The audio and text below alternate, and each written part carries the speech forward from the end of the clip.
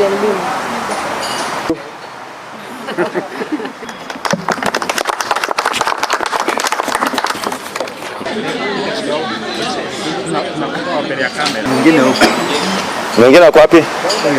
Kuna coming from the region of Nairobi, which covers 5 countries in five counties. In every survey we have assessed, more than 85% of the residents in Nairobi and Kiambu counties are depressed and unhappy.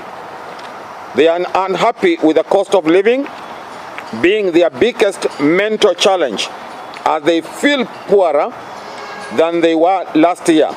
As a result, 78% rate a performance of the government as below average and poor, and 83% say the country is heading in the wrong direction. We call upon the Auditor General to undertake a thorough independent audit of the affordable housing levy.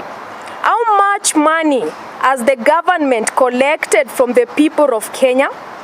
Where is the money and what has been done with it?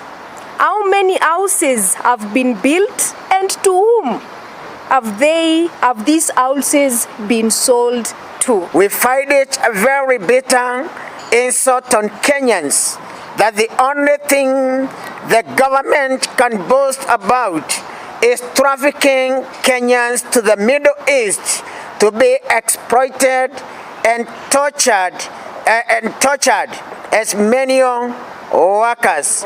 Why is the government killing industries and businesses in Kenya so as to impoverish the people, then send them to slavery?